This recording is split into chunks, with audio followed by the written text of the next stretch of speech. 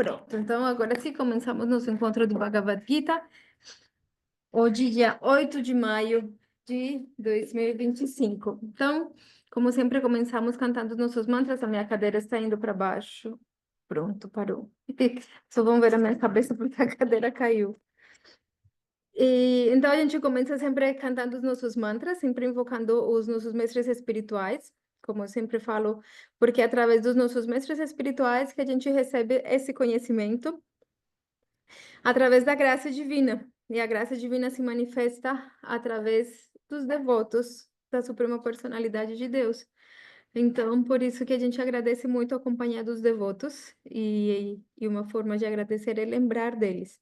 Por isso que a gente lembra sempre através desses mantras e reverenciamos eles através desses mantras. Então, Unmagyanantimirandasyan Jananjanan Shalakaya Shaksurunmilitan Jenitasmai Sri Gaurave Namaha Namo Vishnu Padaya Divyaknyanam Pradayine Srimate Paramadvaiti Swamini Asirupine Sharanagata Bhaktevya Sudha Bhakti Vidayine Vishuddha Bhakti Siddhanta Dara Dara Nisevine Vanchakalpatarubhyascha kripa sindhubhya eva cha patitanam pavanebhyo Vaishnavebhyo namo namaha Vrindayai tulasi devyai priyayai kesavasya cha Krishna bhakti praji devi satyavaitai namo namaha Sri Krishna Chaitanya Prabhu Nityananda Sri Advaita Gadadara Srivas Adi Gaura Bhakta Vrinda Hare Krishna,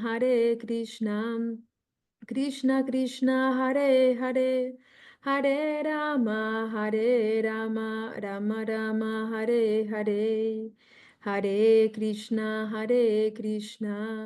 Krishna Krishna, Hare Hare, Hare Rama, Rama Rama, Hare Hare, Hare Krishna, Krishna Krishna, Hare Hare, Hare Rama, Rama Rama, Hare Hare. Jai, Guru Apatita Pavana ki Jai, Sri Bhakti Chandra Shantu Maharaj ki Jai, Guru Maharaj ki Jai, Sri Bodhaya Maharaj ki Jai, Gaura Premanandi, Haribol. Oh, Nandotsava, uau, que surpresa! Aí sim, hein? Que bom. Então, vamos lá. A gente vai continuar hoje. Então, na última vez, a gente fez um resumo acerca das diferenças entre o corpo e a alma. Alguém lembra de algumas das características das diferenças entre o corpo e a alma? Pode nos escrever por aí ou falar alguma característica da alma, ver quem que vai lembrar. Tá todo mundo hoje que não pode participar, né? Que só vou escutar.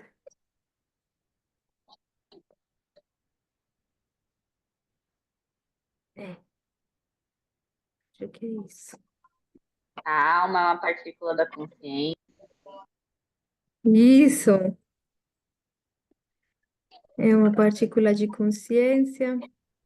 Interna, A alma é individual, escreveu a Rosane aqui no chat, ela é eterna. Isso. transcendental. Transcendental. Aham.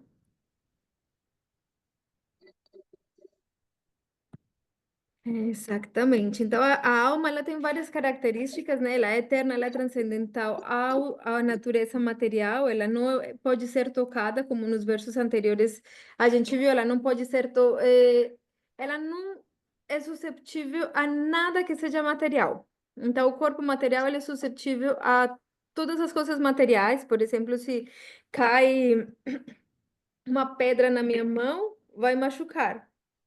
Agora, a pedra, ela por ser uma substância completamente diferente do que a alma, ela não pode machucar a alma. Então, aí no Bhagavad Gita, nos versos anteriores, Krishna menciona os 5 elementos que compõem o mundo material. Então, e ele fala como nenhum desses 5 elementos, nem sequer os mais sutis, podem afetar a alma de alguma forma. Então, ele fala que a alma não pode ser seca pelo vento, a gente viu isso nos versos anteriores. A alma não pode ser molhada pela água, a alma não pode ser queimada pelo fogo. Então, esses aspectos, por um lado, ele está falando com Arjuna, sim, e ele está, de alguma forma, respondendo também as perguntas de Arjuna, que ele é um guerreiro e ele está a ponto de lutar contra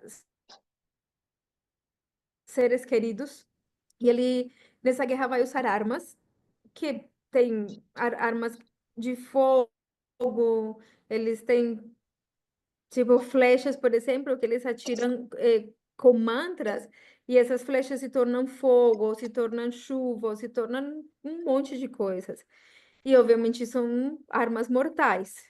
Então, ele está falando, mas a alma, ela não pode ser tocada por nada disso. Então, é muito importante. O início do Bhagavad Gita, a gente não entrou ainda nem no mais profundo, mas é uma parte muito importante, porque é fundamental a gente compreender a diferença entre corpo e alma. Se a gente conseguir compreender a diferença entre corpo e alma, a gente vai estar na porta de conseguir se desenredar do ciclo de nascimentos e mortes. Porque a gente renasce constantemente e morre novamente devido à nossa identificação com o corpo, devido a que a gente ainda se identifica com o corpo e por esse motivo nós ainda queremos satisfazer desejos relativos ao corpo. E é isso que força a gente a renascer vez. Lembrem que eu vou falando, mas se em qualquer momento vocês quiserem fazer perguntas ou comentários, fiquem à vontade, tá bom? Quem não puder falar, mas quiser escrever, também estou aqui com o chat aberto e fico atenta. Então, até aí está tudo certo. Sim? Acho que sim. Acho que hoje tá todo mundo que não pode falar. Mas, mas tá bom. Então, vamos lá. Então, a gente parou. Deixa eu voltar aqui.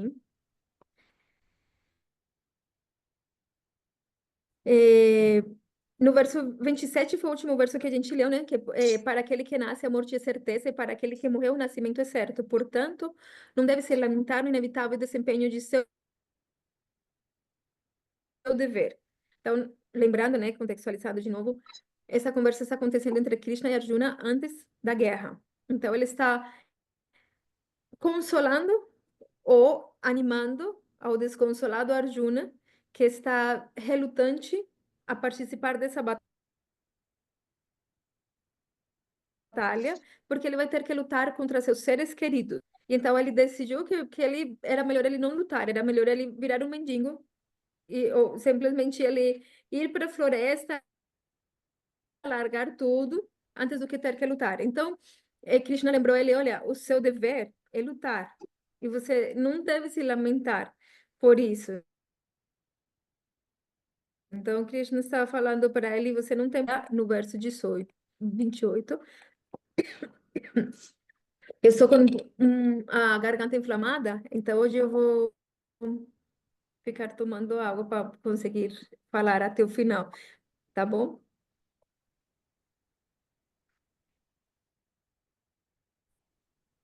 Então vamos lá. 8, que foi o último que a gente leu antes da nossa aula passada, que foi aquele resumo, né? A gente parou no verso 28. Graças a Roseli, que sempre anota e lembra-nos onde que a gente parou. Então diz, capítulo 2 do Bhagavad Gita, verso 28. Todos os seres criados são não manifestos em seu começo, manifestos em seu estado intermediário e outra vez não manifestos quando são aniquilados. Assim, pois, qual a necessidade de se lamentar? Krishna está falando para Arjuna, certo? Então, ele fala, os seres criados são não manifestos no seu começo, manifestos no seu estado intermediário e outra vez não manifestos quando são aniquilados. Então, qual é a necessidade de se lamentar? Krishna aqui, ele está se referindo ao corpo, os corpos materiais através dos quais se manifesta o ser, não a alma. Então, Krishna, em versos anteriores, ele falou da alma, das características da alma, e ele falou que a alma é eterna, que ela é sempre existente, e ela não é destruída quando o corpo é destruído. Esses foram nos versos anteriores. Ela não é destruída quando o corpo é destruído. Mas agora, neste verso, Krishna vem falar, mas os seres criados são manifestos no início, depois, e manifestos, e depois e manifestos de novo. O que que ele está querendo dizer? Ele se refere nesse momento ao corpo. Ele não está falando agora da alma, ele está falando, hoje vocês podem ver o meu corpo, certo? Ele é pequenininho, tudo mais, mas vocês ainda podem vê-lo, vocês escutam a minha voz, que é a manifestação que eu tenho através deste corpo. Mas, quando eu morrer, vocês não vão ver mais esta manifestação corporal. Então, nesse sentido, pode-se dizer que eu vou ser imanifesta para vocês. Não quer dizer que eu vou parar de existir. Quer dizer simplesmente que eu não vai ser possível para vocês que estão neste corpo material me ver. Mas, com certeza que haverá outros seres, que há muitos outros seres manifestos, como os semideuses que a gente não consegue ver neste momento, mas que eles vão poder continuar vendo a minha existência. Krishna continua sabendo que eu existo e eu vou continuar podendo interagir, só que a minha interação vai estar limitada e não vou poder mais interagir com vocês. Então, na verdade, a gente se lamenta quando alguém morre devido a que a gente não pode mais interagir com essa pessoa. Esse que é o ponto, que a morte é como esse véu, que é como a gente colocou esse exemplo, né? Que Shanta Mahara sempre coloca esse exemplo, como se a gente estivesse num palco de teatro. Então, os atores, eles estão no cenário, na frente, representando um papel. Mas quando o autor vai para trás do telão, né, daquela cortina de fundo, acho que chama telão, né? Quando vai para trás daquele telão, então o público não consegue mais enxergar aquela pessoa. Não quer dizer que essa pessoa não exista mais, simplesmente que ela não é possível para quem está do outro lado enxergar essa pessoa. Mas quem está atrás do telão pode enxergar. E tem pessoas que conseguem interagir com essa pessoa por trás daquela cortina. Mas quem está na frente, o público e os atores que continuam no cenário, no palco, não vão conseguir ter essa interação. Isso chama bastidores. Obrigada, Rosini. Então, os bastidores, por trás dos bastidores. Esse aqui é o ponto. Então eu posso dizer que esse ator ele, quando está no palco, no cenário, à vista do público, está numa forma manifesta. Mas antes dele sair no cenário, ele existia, só que estava imanifesto naquele cenário. Depois, num período, ele fica manifesto naquele cenário e depois ele volta para os bastidores e aí ele fica de novo imanifesto para as pessoas que estão no cenário. Então, ele se refere, a alma continua sendo a mesma, mas o corpo, ele se manifestou, deixou de se manifestar, se manifestou, então esse é o ciclo de nascimentos e mortes. A morte é simplesmente passar para um outro estado. Então, depois de que Krishna falou todas essas coisas acerca da alma, então ele chega nesse verso que é chamado o verso assombroso, porque usa muito a palavra assombroso. Vocês vão ver por quê. Verso 29 do capítulo 2 do Bhagavad Gita diz: alguns consideram a alma como algo assombroso, outros a descrevem como algo assombroso, e outros ouvem falar dela como algo assombroso, enquanto que outros, ainda depois de ouvirem muito sobre ela, não conseguem compreendê-la nem mesmo um pouco. Então, a alma é aquela grande dúvida, né? Será que existe a alma mesmo? Será que é a vida depois da morte? será que a gente continua vivendo depois de morrer, desse corpo material morrer? Então, essa é sempre a dúvida, né? Então, pensar em que a alma, na existência da alma e como ela é transcendental, é algo assombroso, como fala Krishna no Bhagavad Gita, né? E todas as características da alma, elas são assombrosas. Por quê? Porque ela é um tipo de substância, é o ser em si mesmo, essa partícula de consciência é tão difícil da gente compreender que, como se diz, hoje em dia os científicos falam que é o difícil problema da consciência, porque não conseguem compreender a consciência. Da onde surge a consciência? Que a consciência é o que me permite ser eu, um ser individual. Eu sou consciente de mim mesma. E há uma unidade nisso. Eu podem cortar o meu corpo em pedacinhos, mesmo assim eu vou continuar, a minha consciência continua sendo uma única unidade. Eu sempre continuo sendo eu. Mesmo que aconteça qualquer coisa com o meu corpo, eu posso estar em estado de coma, mesmo assim, há um nível de consciência nisso, isso está demonstradíssimo, né, de como as pessoas em estado de coma respondem a quando alguém está perto, ou depois lembram de tudo o que aconteceu no estado de coma, etc, etc. Por quê? Porque eles continuam sendo conscientes. Então, onde há consciência, existe o ser. E o ser é aquilo que nós chamamos, o que se costuma chamar de alma. A palavra em sânscrito é jiva ou jivatma. Então, a consciência é um tema tão difícil que hoje em dia os cientistas deixam de lado ou falam que é um epifenômeno. Epifenômeno querendo dizer é tipo algo que surge da matéria.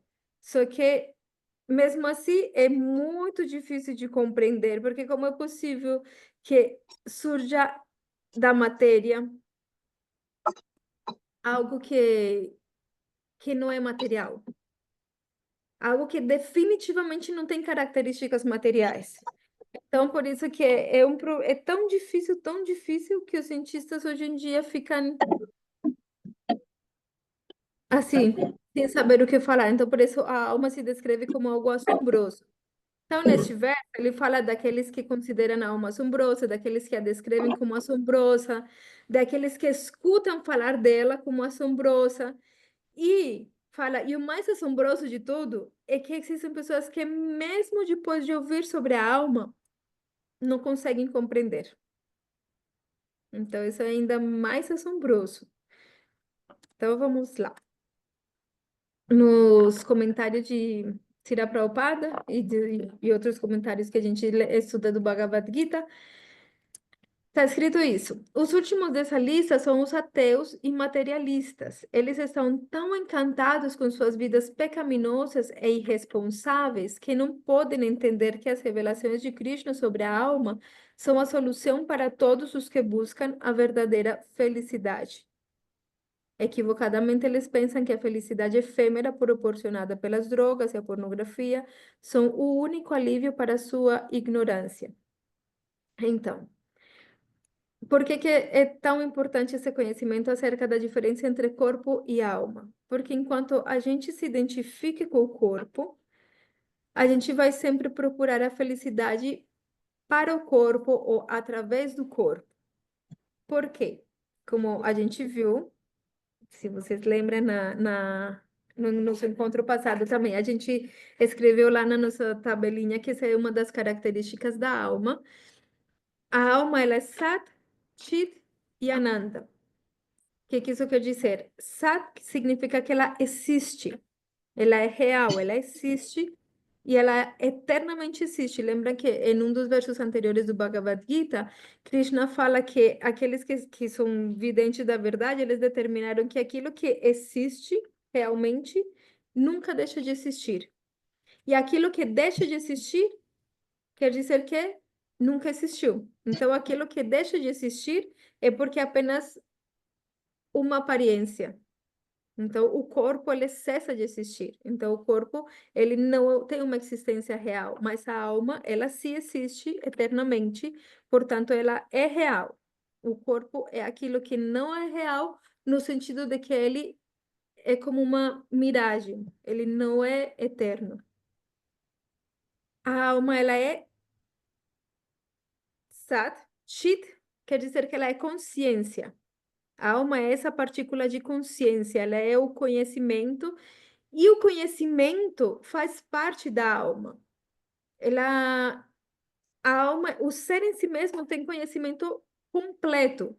Só que esse conhecimento, enquanto ela está no estado condicionado, fica ofuscado, por assim dizer, fica oculto. É como se a gente tivesse um espelho, só que esse espelho está coberto de poeira. Isso não quer dizer que o espelho não possa refletir a imagem que está perante ele, mas a gente precisa limpar para que esse espelho possa refletir essa imagem. Então, a consciência, a alma, ela é plena de conhecimento, ela é consciente, ela sabe quem que ela sabe qual é a verdade respeito da a verdade absoluta, quem que é a suprema personalidade de Deus, quem que é ela em relação com a suprema personalidade de Deus, mas esse conhecimento está velado devido à contaminação material, no condicionamento material. E ela é Ananda. Ananda quer dizer que ela é bem-aventurada. A natureza, a nossa natureza é sermos felizes. E o motivo pelo qual nós fomos convidados a existir é para sermos felizes. É porque Krishna, a suprema personalidade de Deus, desejava compartilhar sua felicidade. Então, por isso que ele se divide em infinitos seres infinitesimais. E um desses seres somos cada um de nós, para compartilhar essa felicidade, para expandir a sua felicidade. Então, a natureza da alma é ser feliz. Por esse motivo, é absolutamente natural que quando a gente está no mundo material, nós procuremos a felicidade. Isso é completamente natural. Faz parte do que nós somos. É procurar pela felicidade. Qual é o problema? Que nós não somos feitos de energia material. Então, a falsa identificação com o corpo, lembrem que a gente falou acerca das diferentes níveis de corpo, a gente tem o corpo grosseiro e o corpo sutil. O corpo grosseiro é composto desses elementos, né? Carne, que é feita de, em últimas, água, terra, ar. E o corpo sutil, que é composto pela mente, a inteligência e o falso ego. Então, quando a gente se identifica com o corpo material, seja com o corpo sutil, com a falsa identificação que eu tenho acerca de mim mesmo, quem eu sou. Eu sou mulher, nasci na Colômbia, então sou colombiana, gosto das coisas que os colombianos gostam, gosto de comer arepa com quesito, com buñuelo. Pena que agora não posso, mas essa é a comida que eu gosto, né? Mas eu me identifico com a minha posição social. Então, eu sou rico, eu sou pobre, ou eu sou mais ou menos, eu sou. E com as coisas que eu possuo. Então, eu sou muito, assim, super porque eu tenho um super carro, ou porque eu sou isso. Então, ou com as coisas que eu sei, né? Então, eu sou o arquiteto, ou eu sou isso, eu sou aquilo. Então, a gente se identifica com isso e tentamos procurar a felicidade a partir daí. Então, a gente procura a felicidade a partir do corpo, a partir de o que dá felicidade para o corpo, é o prazer dos sentidos.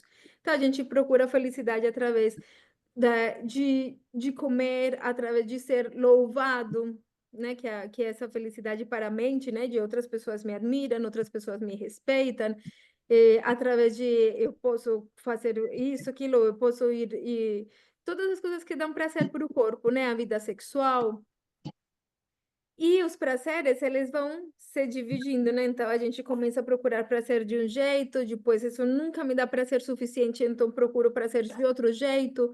Então não tenho prazer suficiente com a vida sexual, com a minha esposa, com meu esposo, então eu quero outras pessoas, né? Não tenho o suficiente, então eu quero. Então a mente acaba em busca desse prazer que a gente confunde com felicidade, acaba se degradando.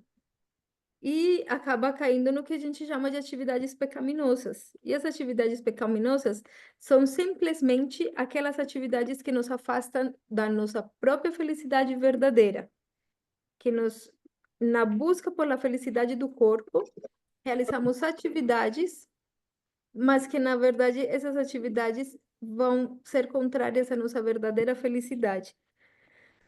Então, quando a gente está extremamente identificado com o corpo, é muito mais difícil compreender a alma.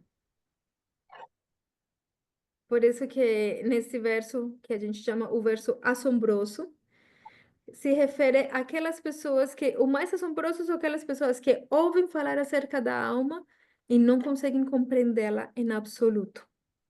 Então, porque esse é um dos motivos pelos quais na prática do Bhakti Yoga sempre a gente escuta as recomendações dos nossos mestres espirituais de o primeiro passo é o caminho de controlar os sentidos. E a gente vai ver isso mais para frente no Bhagavad Gita. Krishna vai falar acerca da importância de controlar os sentidos. Quando os sentidos são controlados, a mente pode estar controlada, ela vai estar mais satisfeita, vai estar mais em paz e dessa forma vai poder compreender mais profundamente o ser. Enquanto a gente estiver completamente confuso pela identificação com o corpo, é mais difícil compreender a alma. Então, esse é o verso assombroso, certo? Vamos continuar. Verso número 30. Uhum. Verso 30, capítulo 2, diz: Ó Arjuna, descendente de Bharata, o que mora no corpo é eterno e nunca pode ser morto. Assim, pois, não deve se lamentar por nenhuma criatura. Então, Krishna está insistindo. A alma é eterna. Não há por que se lamentar, nem pelos vivos, nem pelos mortos. Lembra que nos versos anteriores Krishna já falou isso. Uma pessoa de sabedoria não se lamenta nem pelos vivos, nem pelos mortos. E ele de novo aqui está reiterando, a alma é eterna. Então, a Krishna agora vai entrar numa parte em que ele vai começar a responder. Lembrem que ele está respondendo as perguntas de Arjuna. E Arjuna fez várias perguntas e ele deu vários argumentos, né, de por que ele não queria lutar. Então, ele falou como ele, para que ele ia lutar se ele ia ganhar uma terra que não ia poder compartilhar com seus seres queridos, porque os seus seres queridos iam morrer na guerra. Ele também deu o argumento de que ele ia incorrer em atividades pecaminosas e, portanto, ele ia perder a sua própria felicidade, porque ele era uma pessoa de conhecimento e sabia que as atividades pecaminosas fazem com que você se afaste da sua própria felicidade, que você tenha que sofrer. Então, ele deu esses argumentos. E muitos outros argumentos, né, como a degradação da família e bom, tudo mais. Então, agora Krishna vai especificamente falar para Arjuna por que ele deve lutar.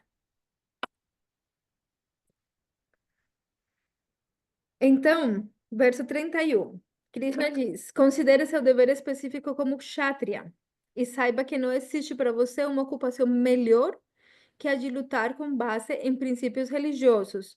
Assim, não há necessidade de vacilar. Então, Krishna está, por assim dizer, dando um argumento que ainda não é transcendental, né, em certa forma. Obviamente, todas as palavras de Krishna são transcendentais, mas Krishna está numa conversa em que gradualmente ele vai ir aprofundando mais, conforme a gente vai ver como ele vai entrando cada vez mais fundo. Mas agora ele está falando, tipo, superficialmente acerca de Arjuna na sua posição social. Então, a posição social de Arjuna é que ele é um kshatriya. Então, a sociedade védica, ela é dividida em 4 grupos sociais e 4 etapas da vida. Existem muitos outros grupos sociais, por assim dizer, mas especificamente existem 4, que são como a base de uma sociedade bem estruturada. E dentro dessa sociedade bem estruturada, existem os brahmanas, que se consideram a cabeça da sociedade, existem os kshatriyas, que se consideram os braços do corpo social, porque eles são os que protegem. Existem os vaisyas, que se consideram o estômago, porque eles são os que produzem alimento. E existem os sudras, que se consideram as pernas, porque eles são quem coloca o trabalho para a maquinária andar, certo? Os kshatriyas, especificamente, eles são muito louvados, apesar de que os brahmanas, eles são o coração, por assim dizer, da sociedade, porque eles são os seres mais elevados espiritualmente, e eles são elevados espiritualmente não pelo seu nascimento, mas sim pelas suas características, porque eles são pessoas que estão completamente desapegadas das coisas materiais, estão completamente focados na espiritualidade. E são os bem-querentes de todas as entidades vivas, eles não têm inveja por nenhuma entidade viva e se comportam de tal forma a fazer o bem para todo mundo. E eles não querem nada, eles não querem um reino material, não querem nada. Então, como eles não querem nem governar, alguém tem que governar. E quem governa são os kshatriyas. E os kshatriyas, se fala que eles são fundamentais, eles são os guerreiros, eles são os reis. Mas o papel do rei na sociedade védica não era como a gente imagina hoje em dia, não sei, talvez pelas histórias que a gente tem ouvido acerca dos reis de épocas mais recentes, né? Tipo de 1000 anos atrás, né? Da época do feudalismo, não sei o que. A gente escuta os reis, mas escuta acerca de reis que já é dentro da era de Kali Yuga. Então, eles são reis que estão lutando simplesmente por poder e que completamente degradados, que, que não tem outro propósito mais que o seu bem-estar egoísta deles e das suas famílias, né? Mas na época védica, a gente está falando de reis santos. Eram reis que eles realmente, o povo amava eles porque o rei protegia realmente o povo, porque realmente é muito legal que toda hora no Mahabharata, por exemplo, aconteceu alguma coisa, né? Então, os pescadores estavam lá pescando e sem querer eles pescaram um sábio que estava meditando no rio. E aí, não, então vamos lá falar com o rei para saber o que fazer. Então aí o rei iam lá, chamavam o rei, então o rei resolvia também os problemas das pessoas e protegia as pessoas. Então, nessa história que está no Mahabharata, é muito legal, né? Que o sábio fala, então, vocês vão ter que me vender junto com os peixes. E eles falaram, nossa, se a gente vender o sábio, a gente vai ser amaldiçoado. E ficaram sem saber o que fazer. Aí chegou o rei para resolver. Então, os cidadãos, eles sempre recorriam ao rei para proteção. E o rei protegia em todos os sentidos. Se alguém, por exemplo, um ladrão roubasse a propriedade de alguém dentro do reino, o rei tinha que ter a capacidade de restituir da sua própria tesouro, da sua própria fortuna, a propriedade dessa pessoa. Então, ele garantia o bem-estar de todo mundo. Esse era o papel do rei. Então, Krishna, nesse verso, ele está lembrando a Arjuna que ele é um kshatriya. Faz parte de uma família real, ele faz parte, ele é um guerreiro, então ele tem que cumprir com o dever que ele tem de lutar em base a princípios religiosos. Então, lembram que no início, a gente viu como no início do Bhagavad Gita, Arjuna argumenta em base, ele fala, isso que eu estou falando, né, nos primeiros versos do Bhagavad Gita, Arjuna fala, o que eu estou falando porque eu escutei pela sucessão discipular. Ou seja, ele não está inventando nada, ele era uma pessoa absolutamente bem treinada a respeito de deveres religiosos. Deveres religiosos quer dizer qual era o seu dever como kshatriya? Hoje em dia, quando a gente fala de religião, a gente está falando de uma esfera isolada da vida das pessoas. Mas não é isso a que se refere a religião quando nos Vedas se fala de religião. Quando os Vedas se fala de religião, se refere ao comportamento correto, à forma correta de se ganhar a vida, como resolver os dilemas da vida, o que, que deve ser feito de acordo com a sua posição na sociedade, qual é o seu dever em geral, e indo ainda mais profundo, é qual é o seu dever como alma. Mas Krishna aqui está falando o seu dever como kshatriya, a sua posição social, o seu dever como kshatriya, é que você tem que lutar em base a princípios religiosos. E você não pode vacilar nesse dever, você não pode simplesmente pelo seu medo de não poder desfrutar, vacilar e falar, ah, não, eu não vou lutar. Então, obviamente, os argumentos de Arjuna foram muito profundos, porque ele não é qualquer pessoa, né? E ele está nesses argumentos falando para Krishna. Então, Krishna está falando, tá bom, se você é um kshatriya, não há nada melhor para você do que lutar. Porque você tem que lutar em base a esses princípios, e em base a esses princípios, e lembrem que, como eu falei antes, não é que eles decidiram lutar da noite para o dia. Eles duvidaram muito se eles deviam realmente entrar nessa guerra, porque eles sabiam as consequências da guerra. Então, eles não estão agindo de forma irresponsável.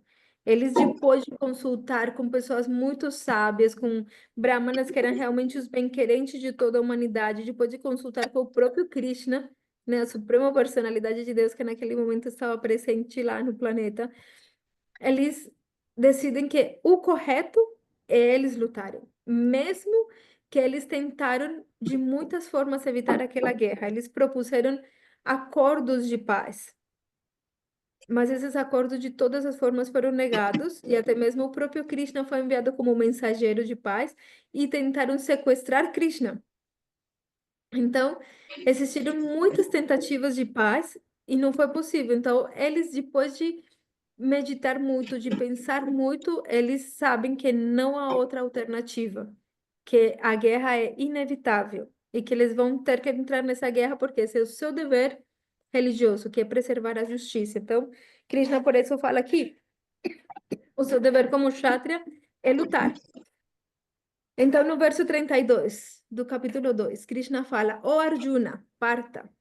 Felizes são os kshatriyas que, sem procurar, conseguem oportunidades de luta semelhante, que abre para eles todas as portas dos planetas celestiais. Então, o código, né, a ética, a moral dos kshatriyas é que eles têm que lutar.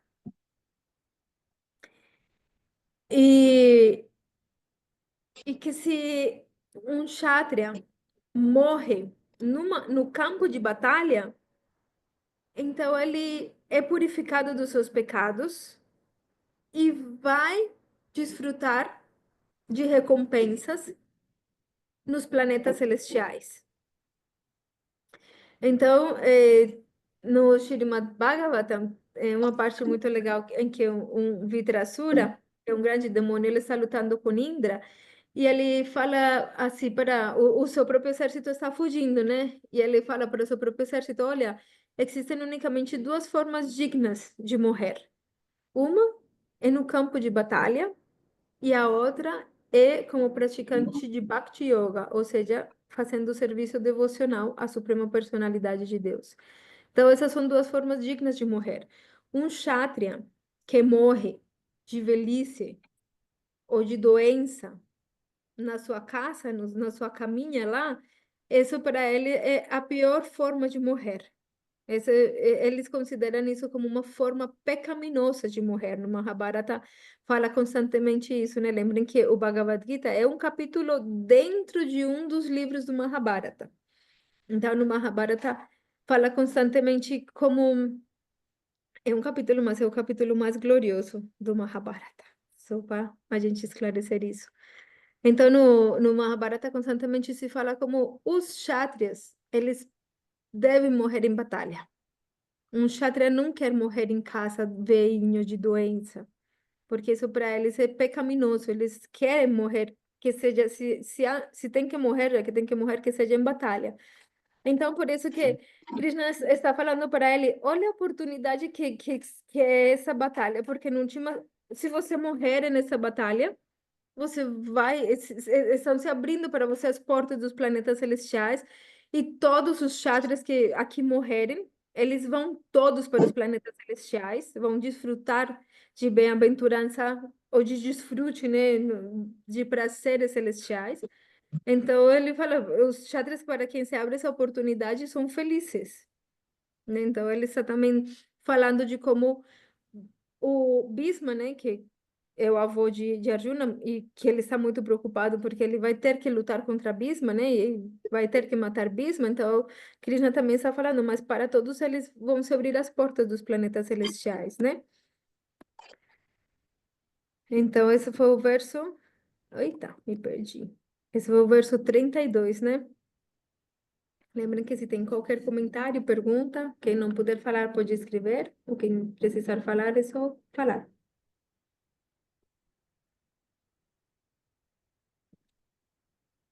Então, verso 33. Não obstante, se não lutar nesta guerra religiosa, certamente incorrerá em pecado pelo não cumprimento dos deveres, e assim perderá sua reputação como guerreiro. Deixa eu ver o verso 34.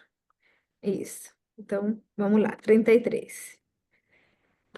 Então, Krishna está falando, um guerreiro para quem se abre essa oportunidade de luta, mas, tipo, muito feliz porque tem a oportunidade de realmente morrer pela justiça.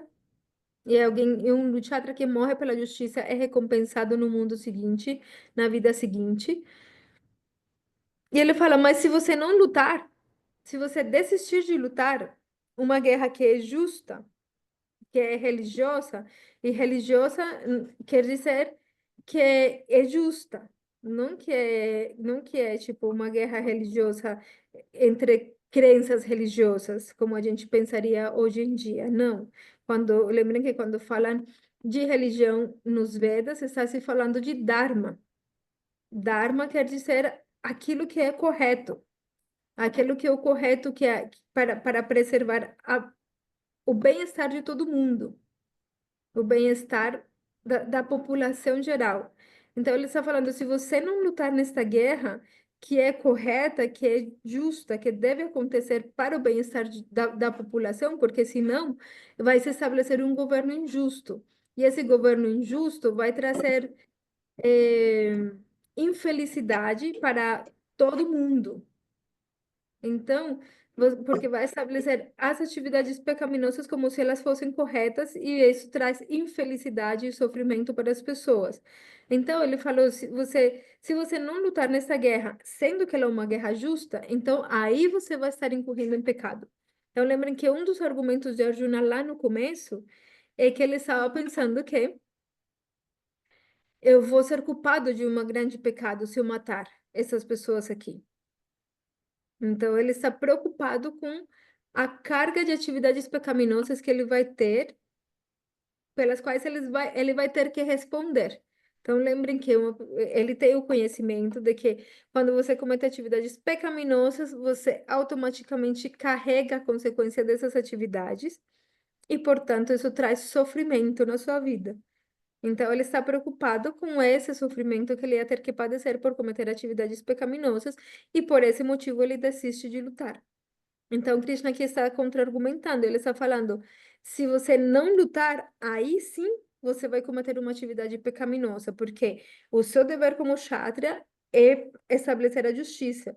E você tem o poder para isso, por isso que os kshatriyas são tão poderosos. Eles são pessoas extremamente habilidosas no uso de armas, extremamente fortes, determinadas. Eles têm todo esse poder para ser usado para a justiça. Então, ele está falando, se você não usar esse poder que você tem para estabelecer a justiça, aí sim você vai cometer uma atividade pecaminosa, que é aquilo que está te preocupando tanto. Então, e se você, além do mais, por você não realizar essa atividade que é a correta de lutar, então você vai perder a sua fama, a sua reputação como guerreiro. Os kshatriyas, eles têm uma característica e é que eles são muito orgulhosos. É aquela pessoa que se orgulha da sua linhagem. É tipo, não é simplesmente eu sou Arjuna, né? Eu sou Arjuna, eu sou o filho do grande rei Pandu. Eu pertenço à dinastia do grande rei Bharata.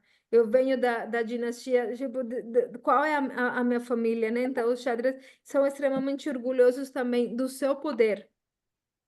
Então, para um kshatriya, a reputação é extremamente importante.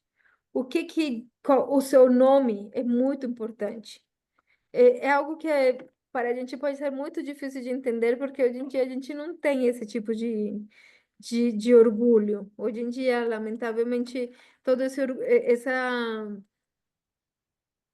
que era tipo algo bom, a pessoa se orgulhava da sua própria dinastia, né? Eu tenho grandes personalidades na minha família que foram pessoas de princípios, que essas pessoas de princípios foram pessoas que realmente fizeram bem para a humanidade, que por suas atividades heróicas eles ganharam uma reputação. Então, eu faço parte disso, eu tenho que manter a reputação dos meus ancestrais, né? Que nessa família continua havendo seres heróicos. Então, ele, de alguma forma, Krishna está falando, se você realmente desistir de lutar, você vai também perder toda essa reputação como guerreiro. E Arjuna era famosíssimo. No mundo inteiro conheciam ele. Ele era extremamente famoso porque ele era um grande guerreiro.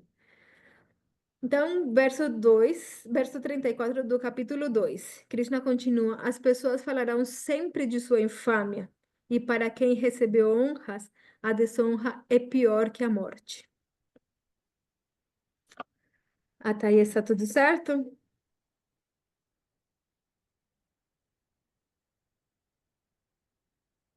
Ótimo. A Rosane falou aqui sim. Então, a Rosane já falou por todo mundo. Então, vamos lá. Então, a pessoa que recebeu honras, quando é desonrado, isso é pior que a morte. Então, isso é uma coisa muito importante, né? A gente sempre fala, né? No mundo moderno, a gente sempre está falando, né? De autoestima, de manter a autoestima, de não sei o quê. No último, mas para a nossa psicologia, a reputação importa, né? A gente, às vezes, enquanto está, não sei, na rebeldia da juventude, a gente pode falar, ah, não me importa o que os outros pensem de mim, né? Que importa o que os outros digam, mas na verdade sim, a gente se importa com o que os outros falem. Pode a gente não se importar com quem fale lá, Pepito, que eu nem conheço, mas a gente se importa com o que as pessoas que para a gente têm valor pensam de nós. Isso faz parte da nossa psicologia. Então, e uma pessoa que é honrada como Arjuna era, no mundo inteiro, que o mundo inteiro respeitava Arjuna, que as crianças que não conheciam Arjuna sonhavam com conhecer Arjuna alguma vez na vida. Tem uma parte do Mahabharata quando, antes deles entrarem na guerra, lembrem que eles foram exilados durante 12 anos, e o 13º ano, eles tinham que ficar escondidos. E se Duryodhana ou alguém do seu grupo encontrasse eles, então eles iriam ter que passar mais 12 anos no exílio. Então esse era o truque para tentar que eles ficassem exiliados o resto da vida. E durante esse último ano que eles estiveram escondidos, aconteceu que Arjuna, ele tinha sido amaldiçoado por Urvasi, que ela é uma ninfa celestial, ela é uma apsara. Acontece que durante esses 12 anos, eles já sabiam que seria inevitável a guerra, então eles começaram a se preparar para a guerra. E Arjuna, ele recebeu um mantra especial que foi dado, me parece que Vyasadeva deu esse mantra para Yudhishthira, Yudhishthira comunicou para Arjuna, e com esse mantra ele poderia ir a outros planetas celestiais e lá adquirir armas celestiais para lutar nessa guerra. Nessa época, a gente está falando de 5.000 anos atrás, e não simplesmente 5.000 anos atrás, sino que era uma era anterior a Kali Yuga. Então, para a gente, isso tudo pode parecer fantasia. Ah, ele viajava por outros planetas com mantras, não sei o quê. Isso pode parecer fantasia, mas o que acontece é que a gente não está acostumado, porque em Kali Yuga nós não temos a permissão de nos comunicar com os semideuses. Em Kali Yuga, a nossa mentalidade é tão degradada que a gente perde essa possibilidade de se comunicar com os semideuses. Mas na era anterior, ainda existia essa possibilidade de se comunicar com os semideuses e Arjuna, que não era um ser humano comum, ele era um ser humano extraordinário, ele é a encarnação do próprio, se diz que Krishna e Arjuna, eles são Nara Narayana, que são, ele é praticamente uma expansão do próprio Krishna, na verdade. Então, ele não é uma pessoa comum, ele foi para os planetas celestiais e lá, eu vou resumir esse pedacinho da história aí para vocês. Ele foi na corte de Indra, ele encontrou lá com Urvasi, é o nome dela, é uma Apsara, e ele ficou olhando para ela. E Indra pensou que ele tinha se apaixonado por ela, então falou com ela, vai lá e satisfaz o que a Arjuna quiser. Então, a Arjuna, quando ela foi lá, ele falou, não, na verdade, eu fiquei observando, porque acontece que a sua família, na sua linhagem, ela era um dos seus antepassados na Terra, né? Só que ela era uma Apsara celestial, então ela não tem o mesmo tempo, ela não envelhece do mesmo jeito que nós. Então ele ficou surpreso de poder ver frente a frente a um dos seus ancestrais, que era Urvasi. Então foi por isso ela falou: "Não, eu não posso, tipo, eu não posso ver você como se fosse uma mulher simplesmente porque você é o meu ancestral". Então ele tipo se negou a ter qualquer tipo de relação com ela. Então ela ficou muito brava e o amaldiçoou a que ele teria que ser um eunuco. E enfim, essa maldição foi em certa forma um benefício para Arjuna, porque durante o ano que eles estiveram escondidos, esse ano foi o ano que então a maldição teve seu efeito. Então ele ficou escondido naquele palácio como se fosse um eunuco. Então ele eh, tinha tipo características femininas. Então ele era mais assim afeminado. Então ele, como ele tinha aprendido dança e canto com os Gandharvas celestiais, então ele virou professor de canto e de dança no palácio para a princesa. E assim ele ficou escondido. Dessa forma não conseguiram descobrir ele. Então enquanto isso, ele via, por exemplo, os meninos do palácio falando como eles queriam ser Arjuna, ou falando dos Pandavas e tudo. E no final desse ano, a cidade onde eles estavam, que era o reino do rei Matsya, foi atacada. E o rei Matsya, tipo, precisava ser defendido, então ele encorajou ao príncipe, que era um menininho, falou: "Vamos lá que eu vou dirigir o carro para você". Mas o menininho não pensava que ele fosse Arjuna, pensava que ele fosse a professora de dança. Então, quando finalmente ele falou, vai lá, que na verdade eu sou Arjuna e eu vou lutar. Aí o menininho falou, não, como assim que você é Arjuna? É mentira, se você for Arjuna, me fala os não sei quantos nomes de Arjuna. Tipo, Arjuna tinha, eu não me lembro quantos nomes que ele pede para falar, me fala os não sei quantos nomes de Arjuna. Então, Arjuna começa a recitar: olha, eu sou chamado de tal, por tal motivo, eu sou chamado de tal, por tal motivo, né? Aí ele começa a falar os nomes dele. Aí então o menininho fala: ah, então você é Arjuna mesmo.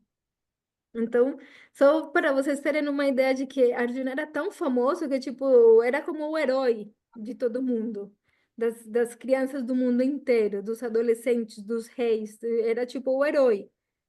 Então, então aqui Krishna está falando, você é o herói do mundo, e se você desistir de lutar nesta guerra religiosa, você vai ser desonrado, as pessoas vão falar mal de você e vão falar de que você fugiu por medo. Então e para quem já recebeu honras, a desonra é pior que a morte. Então ele estava falando, se você está tão preocupado com sua felicidade, isso é pior. Ser desonrado é muito pior, certo? Então, Krishna continua nesse mesmo assunto, né? No verso 35 fala: os grandes generais que têm seu nome e sua fama em alta estima pensarão que abandonou o campo de batalha somente por temor, e por isso considerarão você um covarde. Então, bem,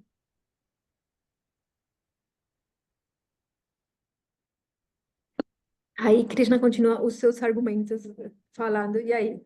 Você vai permitir que todo mundo pense que você é um covarde? Que você simplesmente desistiu? Não é que as pessoas vão falar, ah, ele desistiu de lutar porque ele teve compaixão dos outros. Não. Eles vão falar, ah, ele desistiu de lutar porque ele teve medo de lutar comigo, porque eu sou muito mais poderoso. E os chakras têm essa característica, que eles iam ficar rindo dele, ah, por que eu vou lutar com você se você fugiu do campo de batalha? Entende? Tipo, ele ia perder a moral, por assim dizer, né? Verso 36. Seus inimigos descreverão você com muitas palavras ásperas e depreciarão sua habilidade. Que poderia ser mais doloroso para você? Se você está tão preocupado com a sua felicidade, então pensa que estar é o que vai mais em contra, porque você vai perder tudo. Vai perder o nome é pior do que perder o dinheiro. É pior do que perder riqueza, é pior do que perder a vida. Krishna está falando aqui. Perder o seu nome é pior do que perder a vida, é mais doloroso do que perder a vida. Então, e para um kshatriya isso é muito importante. Psicologicamente, para todo mundo é importante. O nome, a fama que a gente tem, para a todos nos importa isso. Isso não tem ninguém, porque isso faz parte da nossa psicologia, da nossa construção do nosso ego falso, seja como for, porque está baseado em coisas que não realmente, mesmo assim, isso importa. E quanto mais importa para um guerreiro, para quem o seu nome é importante, para que ele realmente é famoso e que um kshatriya tem o sangue quente, por assim. E não simplesmente por vaidade, sino porque é a base do seu orgulho, é a base do seu ímpeto, da sua força. Eu, sabe, eu represento a minha dinastia. Então, isso dá uma força. Então, ele está falando, isso vai ser muito mais doloroso, que as pessoas falem mal de você e que falem que você é um covarde. Isso vai ser pior. Então, verso 37. Ó Arjuna, filho de Kunti, ou morra no campo de batalha e alcance planetas celestiais, ou conquiste e desfrute o reino terreno. Levante-se, pois, e lute com determinação. Certo? Tudo certo até aí?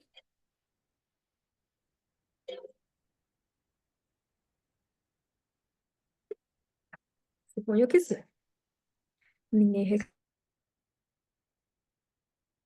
reclamou, então vamos que vamos. Então, o que a gente está falando é isso. Tipo, se você considerar simplesmente a sua posição como kshatriya, o seu dever como kshatriya, então a conclusão é que você tem que lutar. Você não pode abandonar o campo de batalha agora. Então, você tem ou morrer na luta e, e desfrutar do reino na terra. Tipo, é isso que você tem que fazer. Você tem que realmente cumprir com o seu dever. E ele está falando até aqui simplesmente de motivos, por assim dizer, materiais, né? E materiais ainda, tipo, piedosos, né? O seu dever é lutar. Porque esse é o seu dever como kshatriya. Então, levante-se e lute com determinação. Cumpra com o seu dever. Independentemente de você morrer ou se você vencer, esse é seu dever. Então, pensa que isso já é um pensamento ainda mais elevado do que a média ou não. Eu vou desfrutar disso ou não. Então, ele ainda está, Krishna aqui fala num nível, digamos, para um pensamento materialista, e ainda é um pensamento materialista mais elevado do que o nosso pensamento materialista moderno, né? O pensamento materialista moderno é, não, se isso não me dá prazer imediato, não quero nem saber. As pessoas não querem mais nem ter filhos porque dá muito trabalho, porque eu vou ter que me esforçar, porque eu vou ter que trabalhar, não sei o quê. Então, não me dá prazer imediato, não. Não quero. Agora, a Krishna está falando para a Arjuna que e para num sentido de uma moralidade muito maior, né? Ele está falando de uma moralidade em que pelo menos mesmo que seja ainda materialista, mas ainda está melhor do que a nossa. É tipo, pronto, você tem que cumprir com o seu dever, mesmo que você morra. Mesmo que você morra no campo de batalha, cumpra com o seu dever. Se você morrer, você vai para os planetas celestiais. Se você viver, você desfruta do reino na Terra. Então, levante-se e lute. Verso 38.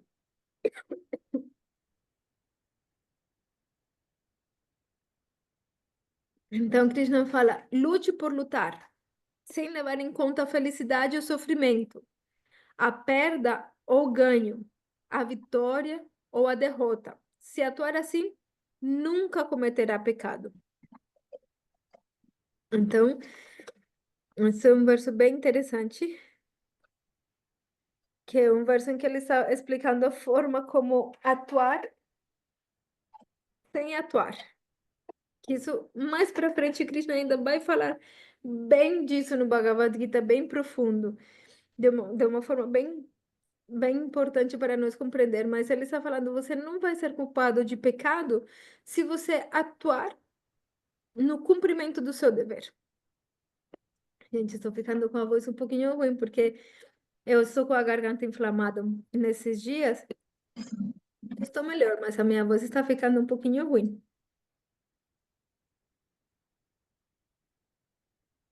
Então, qualquer coisa a gente faz mais um pouquinho, se até às 8h30, pode, a gente não forçar muito a voz, senão depois sofrer demais. Então, é isso. Então, Krishna aqui está falando a importância se você atuar no cumprimento do seu dever. Então, isso te liberta da reação pecaminosa. Por quê? Porque você tem que fazer o que corresponde a você fazer. Se o resultado disso for bom ou não for, isso não depende de você. Isso é uma coisa que nós precisamos compreender muito bem. Na nossa vida diária, e isso é natural, porque a gente se acha ainda os fazedores, nós achamos que é nós que fazemos as coisas e que as coisas acontecem pelas nossas ações, mas sim e não. Tem coisas que, na verdade, a gente sempre tem a opção de fazer coisas, mas na verdade o que a gente faz é desejar coisas. Então, existem vários níveis de desejo. Existe um nível de desejo no qual eu desejo desfrutar do corpo material. Se para desfrutar do corpo material eu preciso machucar outras entidades vivas, por exemplo, consumir carne, implica que para o desfrute da minha língua, outra entidade viva teve que sofrer. Então, se para eu comer carne, outra entidade viva que teve que sofrer, tudo bem, porque o desfrute do meu corpo é principal. Então, esse é um nível. E nesse nível sempre se cometem atividades pecaminosas. Há outros níveis em que a gente pensa, não, eu tenho que fazer o bem, eu tenho que fazer o que é correto, mesmo que isso implique que eu não possa desfrutar. Então, sei lá, o pai de família, por exemplo, ele pensa, eu tenho que trabalhar, mesmo que eu não possa desfrutar, mas o meu dever é sustentar a minha família, por exemplo. Então, esse é um nível, né? Existem pais que pensam, não, se tem que trabalhar tão duro para sustentar o moleque, abandona. Abandona porque eu não quero trabalhar tão duro assim, né? Mas existe outro nível que pensa, não, mesmo que eu não possa desfrutar, eu vou trabalhar duro por isso, né? Claro, a gente pode ainda argumentar que aí também existe a vontade de desfrutar, só que essa vontade de desfrutar ainda é muito melhor porque pelo menos existe uma consciência de dever. Então, Deus já está falando, você tem que cumprir com o seu dever, independentemente de se você desfrutar disso ou não. Independentemente que com isso você obtenha felicidade ou não, você tem que cumprir com o seu dever. E se você atua como uma questão de dever, então você não vai incorrer em pecado, porque você está fazendo o que é correto e o que deve ser feito por você nessa circunstância. Então, se a gente atuar da forma correta, sempre em cada circunstância, a gente não vai ter. E não simplesmente visando o que a gente vai ganhar com isso, né? Que às vezes a gente pode até pensar que se eu atuo da forma correta, eu vou ganhar uma recompensa. Então, dessa forma, nós ficamos presos ao resultado da ação, e ao ficarmos presos ao resultado da ação, nós também temos que padecer a parte pecaminosa, tipo, as consequências disso. Nesse mundo, tudo está carregado de atividades pecaminosas, especialmente em Kali Yuga. Então, por isso que, enquanto a gente desejar os resultados da ação, a gente vai ter que pagar também o custo disso. Mas mais para frente, Krishna vai explicar isso no Bhagavad Gita. Então, a gente vai entender isso ainda melhor, mais profundamente. Mas aqui ele já está dando uma visão, tipo, atua como um assunto de dever, mas sem se preocupar se isso vai te trazer felicidade ou não. E sem se apegar ao resultado. Não importa que isso te traga ganho ou que isso te traga perda. Não importa. Se você atuar com essa mentalidade, você não vai pecar. E isso aplica para nós hoje em dia. Se a gente atuar com a mentalidade de eu tenho que cumprir com o meu dever, independentemente do resultado, e desapegado da ideia de desfrutar desse resultado, eu tenho que cumprir com o meu dever como pai, independentemente do se o meu filho me ama ou não me ama, independentemente do se o meu filho vai cuidar de mim quando velho ou não. Eu tenho que cumprir com o meu dever. Então ele fala, se você pensar e atuar dessa forma, você não vai incorrer em pecado, que era o que Arjuna estava preocupado. Isso fica claro? Ou tem alguém alguma dúvida?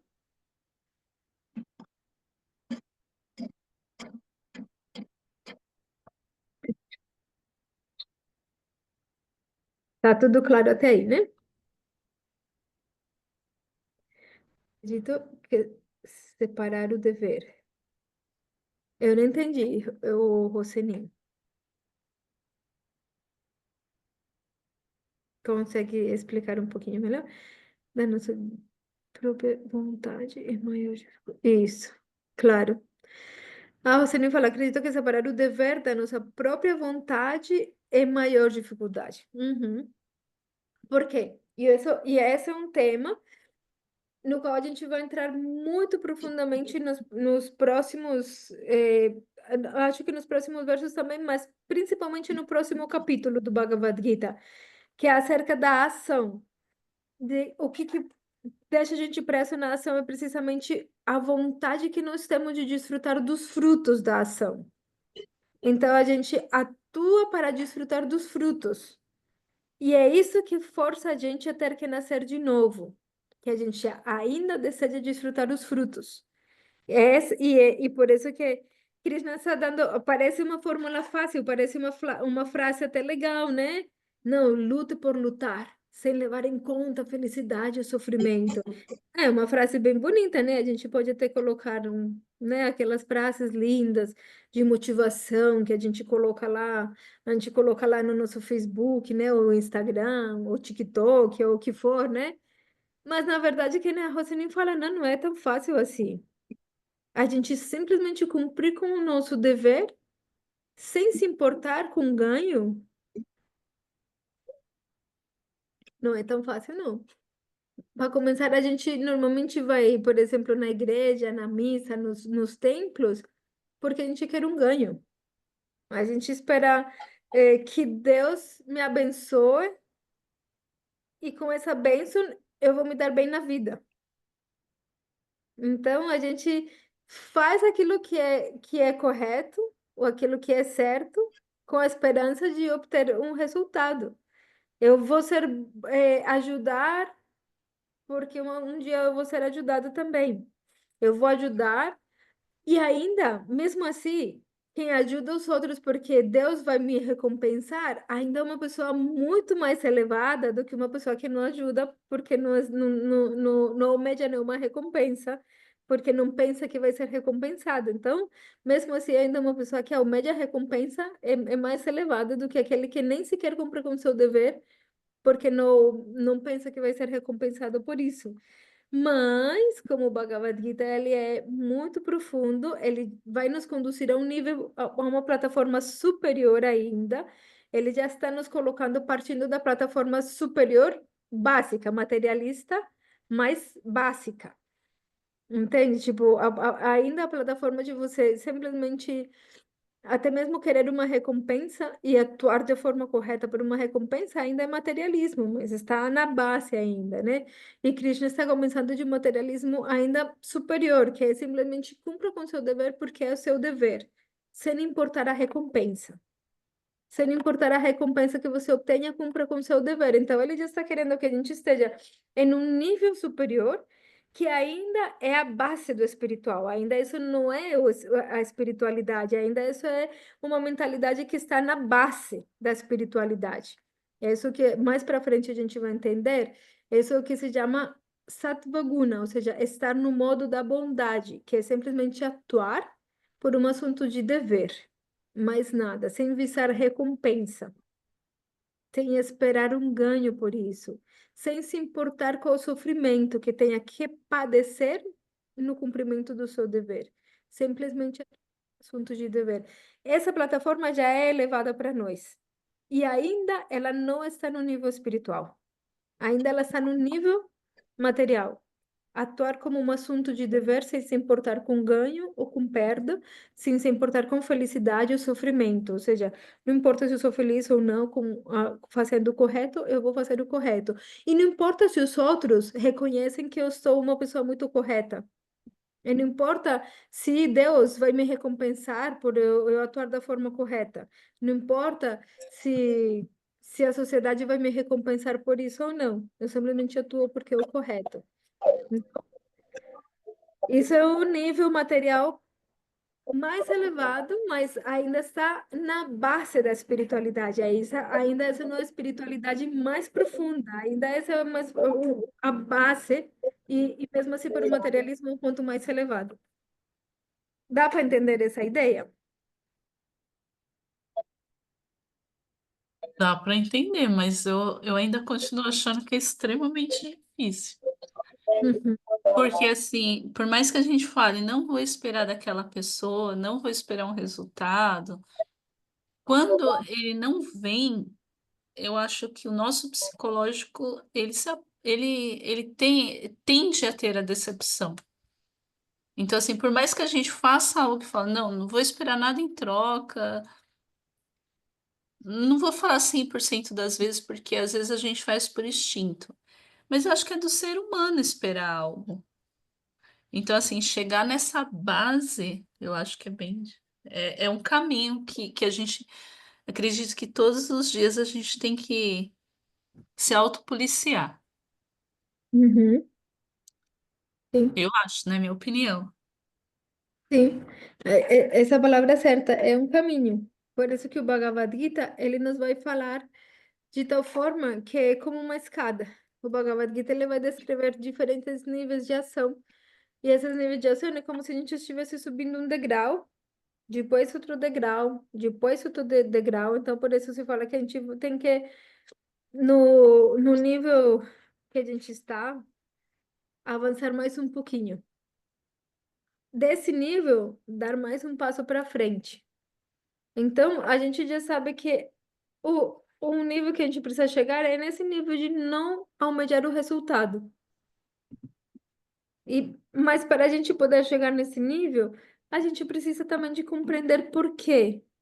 De compreender do que a gente está falando. Por isso que nos próximos capítulos ainda, Krishna vai falar muito mais disso. No capítulo 3 ele vai falar muito acerca da ação desinteressada.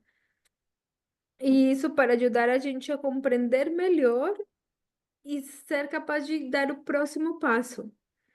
Isso não quer dizer que a gente vai conseguir da noite para o dia. Mas se nesta vida a gente conseguir dar mais um passo, ou mais dois, ou mais três, a gente vai ter avançado num caminho que não tem volta. Sim, A gente sim, vai ter avançado num caminho que é para lá que a gente quer ir.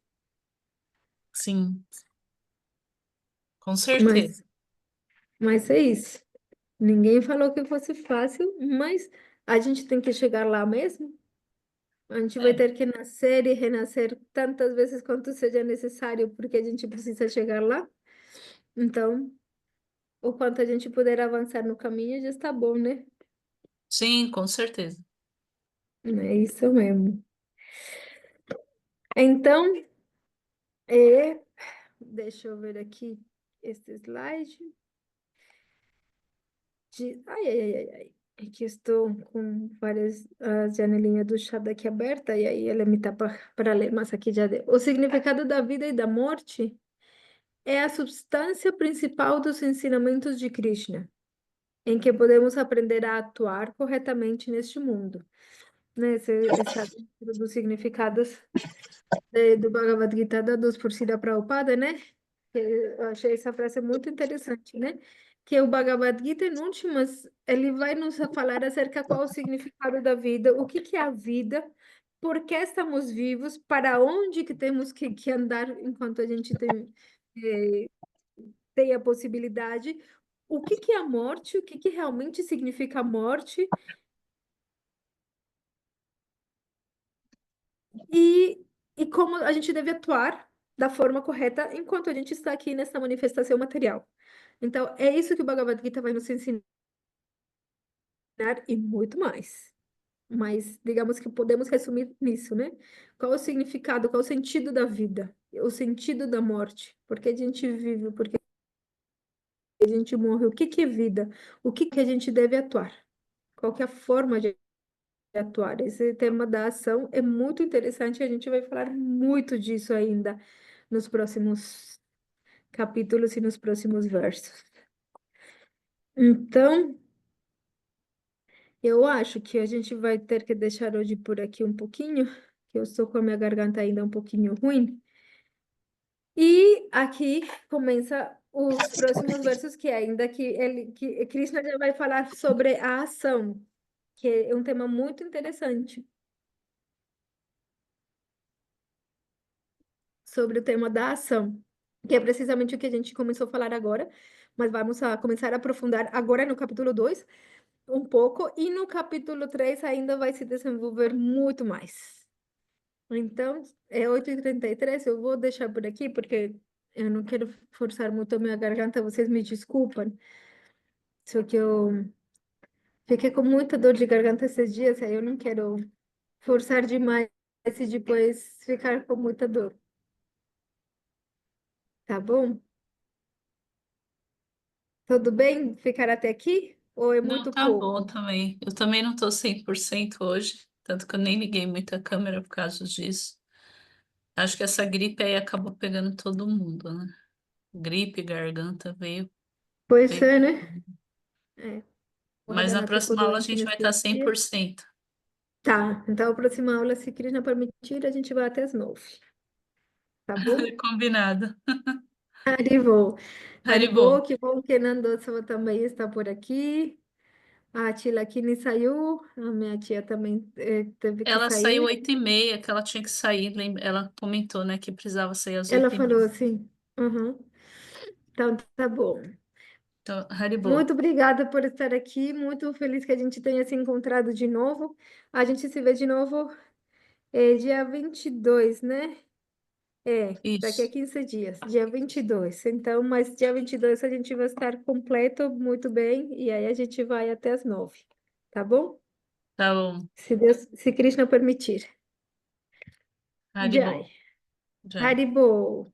Um abraço, obrigada. A gente se vê depois. Bhagavad Gita aqui?